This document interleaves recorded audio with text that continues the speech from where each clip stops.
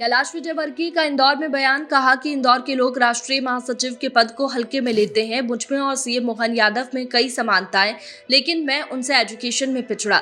राहुल की कड़ी निंदा करते हुए कहा कि वो पीएम छोड़ो एमपी लायक नहीं, और कहा जिस वार्ड में हुआ था प्रियंका गांधी का रोड शो, मैं वहां से 8,000 वोटों से जीता। प्रदेश में हुए राजनीतिक परिवर्तन के बाद बीजेपी के राष्ट्रीय महासचिव कैलाश विजयवर्गीय मीडिया से रूबरू हुए।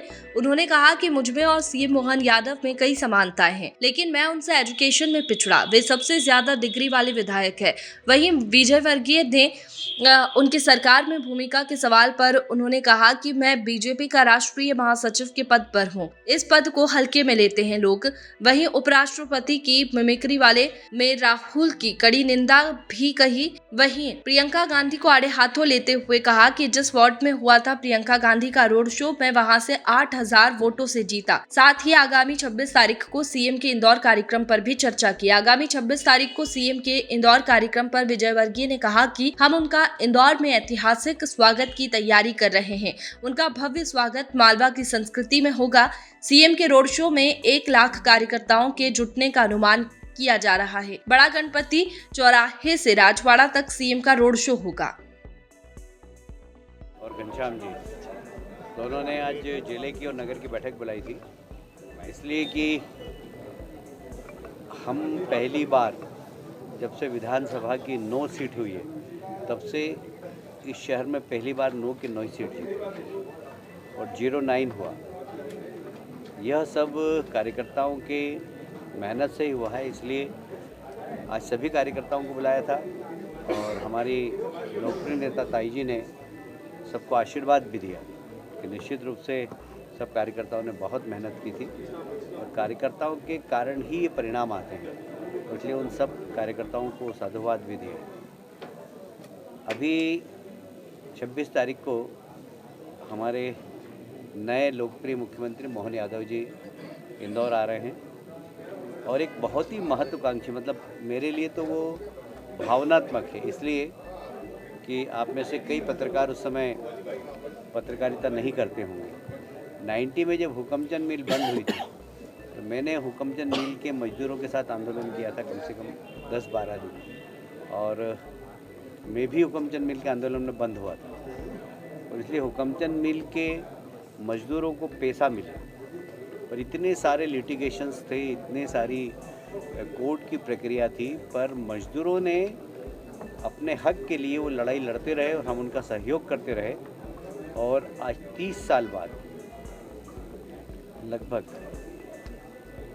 मजदूरों को अपना हक मिला है, उसमें सरकार की भूमिका बड़ी सकारात्मक रही और इंदौर के महापौर आदरणीय पुष्यमित्री जी की भूमिका बहुत सकारात्मक। नगर निगम ने अपना हक बताते हुए और उस ज़मीन को जो कि मिल की थी, वो वास्तव में नगर निगम की ज़मीन थी कायदे से, पर उन्होंने उस ज़मीन पे कोई आपत्ति नहीं ली, इसलिए नगर निगम के मेयर साहब को भी एमपी के लायक भी नहीं, पीएम तो बहुत बड़ी बात है, क्योंकि इस प्रकार की हरकत करना और एक संवैधानिक पद पर बैठे हुए व्यक्ति की मिमिक्री हो रही है और वो वीडियो बना रहे हैं, उसको रोक नहीं रहे हैं, उसको प्रमोट कर रहे हैं, मैं समझता हूँ बहुत शर्मनाक है। इसकी जितनी निंदा की जाए करें।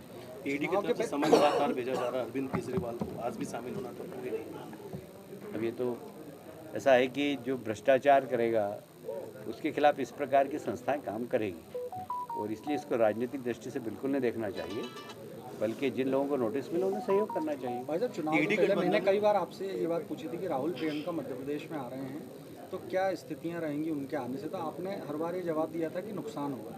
तो क्या ये जो नुकसान मध्य प्रदेश में कांग्रेस को हुआ, क्या उससे जोड़ते हैं आप उनके आने से? मैंने ये कहा था कि यूपी में जिस प्रकार दौरा हुआ था और जो कांग्रेस की स्थिति थी मध्य प्रदेश में रहेगी, मध्य प्रदेश में वही स्थिति रही। देखिए,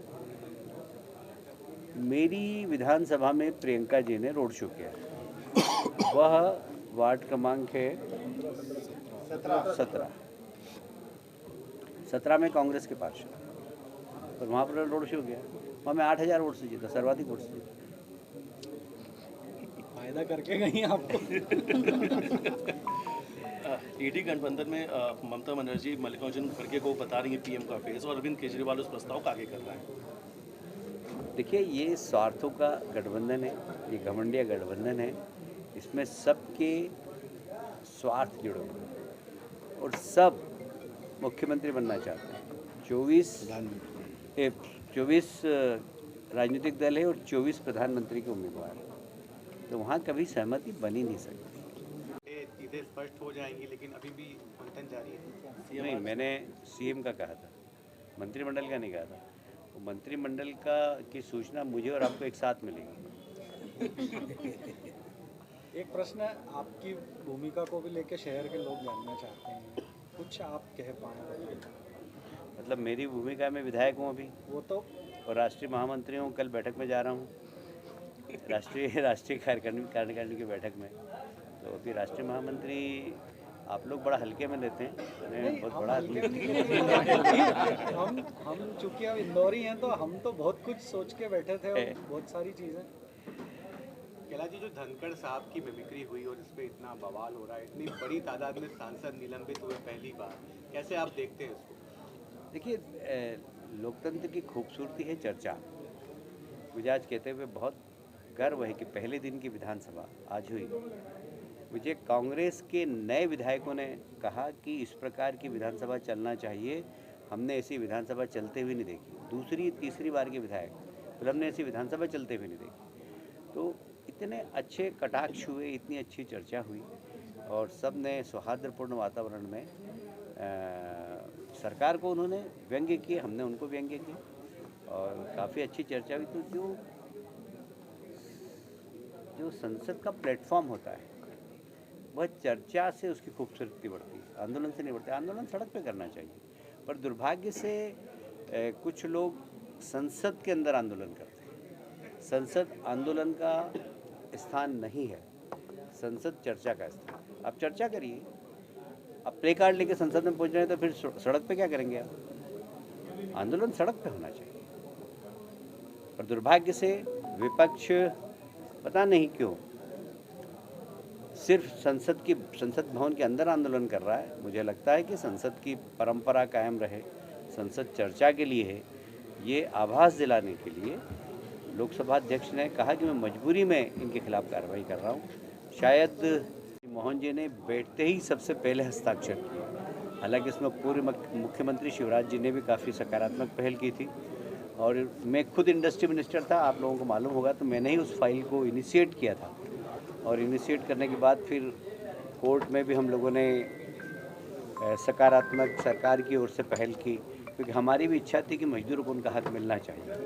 पर 30 साल बाद वो हक मजदूरों को मिल रहा है और उन मजदूरों को चेक देने की प्रक्रिया माननीय मुख्यमंत्री जी के साथ होगी और एक बहुत बड़ी सफलता, क्योंकि आप जानते हैं मेरे पिताजी भी मिल में काम करते थे, तो मेरे लिए बड़ा इमोशनल था ये काम करना।